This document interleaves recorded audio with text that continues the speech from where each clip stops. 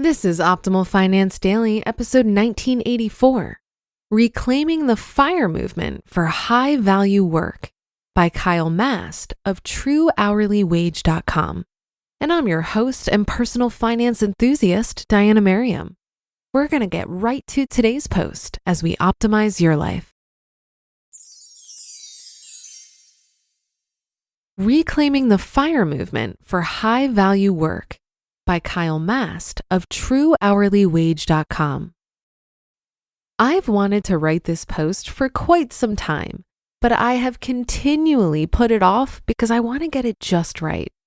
However, I will probably never get it just right, so I'm just going to take a swing at it. Quick intro to the FIRE movement. One of the most significant movements to come along in recent years in the personal finance space is the FIRE movement. If you haven't heard of it, FIRE stands for Financial Independence Retire Early. This movement has been slowly building over the past decade. However, in the past 2 to 3 years, it has exploded into the mainstream world of personal finance to include tremendously helpful blogs and podcasts and even a documentary. While the FIRE movement takes on many forms when it comes to people's personal finances, in general, it focuses on reducing your expenses to a minimum while finding ways to save a very high percentage of your income.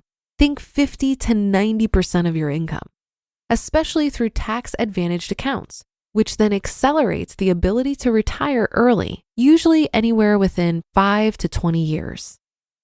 The desire to FIRE. The desire to FIRE comes in many forms, but for many, it's the realization that the work they're doing is unfulfilling, a grind, or downright unenjoyable, and they want time for more important things in life. In order to be able to jump ship from their current situation, the FIRE participant buckles down to save a tremendous amount of their income and eliminate all non-essential expenses from their life. This then brings their financial independence date into a more foreseeable time frame. Rather than the seemingly endless grind of work for 30 to 40 years until retirement at the arbitrary age of 65, these FIRE folks now see a light at the end of the tunnel, often within 10 years or less depending on their income and current net worth. This movement is producing an increased amount of early retirees, especially in their 30s and 40s. What I love about the FIRE movement. Due to the fact that this finance stuff is what I do day in and day out, I believe the FIRE movement is the best thing to happen to personal finance in decades. It has so many admirable attributes. The movement takes the boring financial planning formula of spending less than you make and turns it into the X Games version, creating excitement around financial independence and showing that it truly is attainable and in a short time frame. The FIRE movement also has shed a giant spotlight on consumption and how eliminating a significant amount of the consumption of goods and services not only reduces your expenses, but increases your happiness by showing firsthand that things do not create long-term happiness. It forces people to place greater value on the truly important things in life. This movement holds a special place in my heart, as I myself am a member of the FIRE movement and have been for years. I'll be financially independent next year at the age of 35, meaning that if I wanted to quit my financial planning practice and real estate investing, my family and I could be able to live off of just our investment income. Does this mean that I plan to quit? Quite the contrary. It does mean less work hours for me. It does mean more and more travel. But it also means that I will continue to grow myself so that I provide more value in the hours that I do work. This is how I measure personal financial growth, and I have big plans for the coming decades. And that brings us to the point of this post. Reclaiming the FIRE movement for high-value work. Personally, I believe we're created to work, not in the burdensome sense that is often associated with the word work, but rather in the creative sense of continually honing our skills and the value we provide to those around us. Some of the best parts of my life are when I perform high-quality, enjoyable, value-creating work, intermixed with extended breaks to recharge.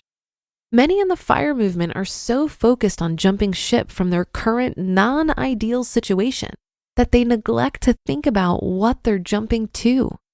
Do you have a plan for the remaining decades of your life? What will you do with all of your free time? Travel until you die? Sit on your beach chair until it breaks? Don't get me wrong. If you've heard any of this blog at all, you'll know that I am all about creating more free time for yourself to spend on the things that are the most important in life. However, I think we need to realize that one of the important things in life is work, but not just work, high value work that impacts others. An alternate path. For those of you considering or currently pursuing the early financial independence goal, I applaud you. You're on the path to opening up so many possibilities for your life that just aren't available when you don't intentionally work towards early financial independence. I would suggest, however, that you think deeper than just about how much in investment resources you need to be financially independent by a certain date. Think about how you can make the journey to financial independence also a journey toward the ideal life you want to live, and begin living parts of that life now to test it out. How much time do you want with family? How can you do that now? How much time for travel? Can you find a way to do that now? What work would you do even if you weren't paid for it? Can you work towards it now before your FIRE date? Usually, those in the pursuit of FIRE are very motivated individuals with a lot to offer this world. If you're hearing this, you're likely one of those individuals. How will you steward your gifts and skills to continue to add value to those around you when you retire early? What abilities do you possess to produce the high-value work that this world desperately needs? What would it look like to sustainably produce this high-value work for the rest of your life to where it was a joy rather than a burden? I wish you all the best as you strive to create greater value with your limited time. You just listened to the post titled Reclaiming the FIRE Movement for High Value Work by Kyle Mast of TrueHourlyWage.com.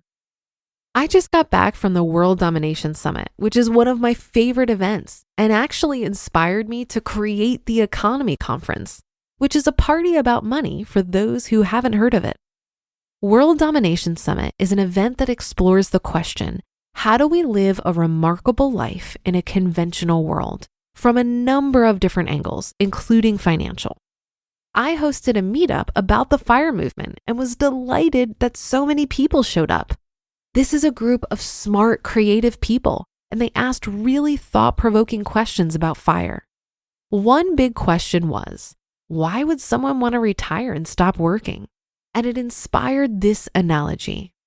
I think we'd all agree that we need to eat, and 3 meals per day is an appropriate amount of food for our well-being. Well, imagine that society told you that you actually needed to eat 6 meals per day, and that you need a boss standing over you to make sure that you force all 6 meals down your throat. Would the solution to this problem be to not eat at all?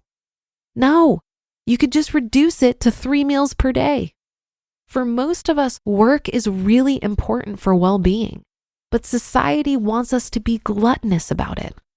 I don't think not working at all is the solution for most of us. I think right-sizing the role that work plays in our lives is what we really need, and financial independence allows us to downshift way before traditional retirement age. For me, FIRE is not about not working. It's about separating my finances from my work. And that will do it for today. Have a great day and start to your weekend if you're listening in real time. And I'll be back here over the weekend where your optimal life awaits.